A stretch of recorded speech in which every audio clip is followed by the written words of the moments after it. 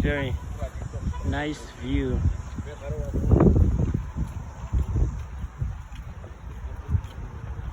Ganda. Seated glute stretch. Bench. Ang ganda talaga dito sa Canada kasi halos talagang pag ganitong summer marami kang mapupuntahan na iba't ibang klaseng park na talagang pwede kang tumambay. Ayun, ayan, may mga nagja-jogging dito.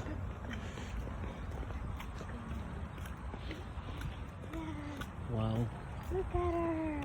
it's awesome. Ang ganda, nak, no? Yeah. Ayan yung signage, guys, oh.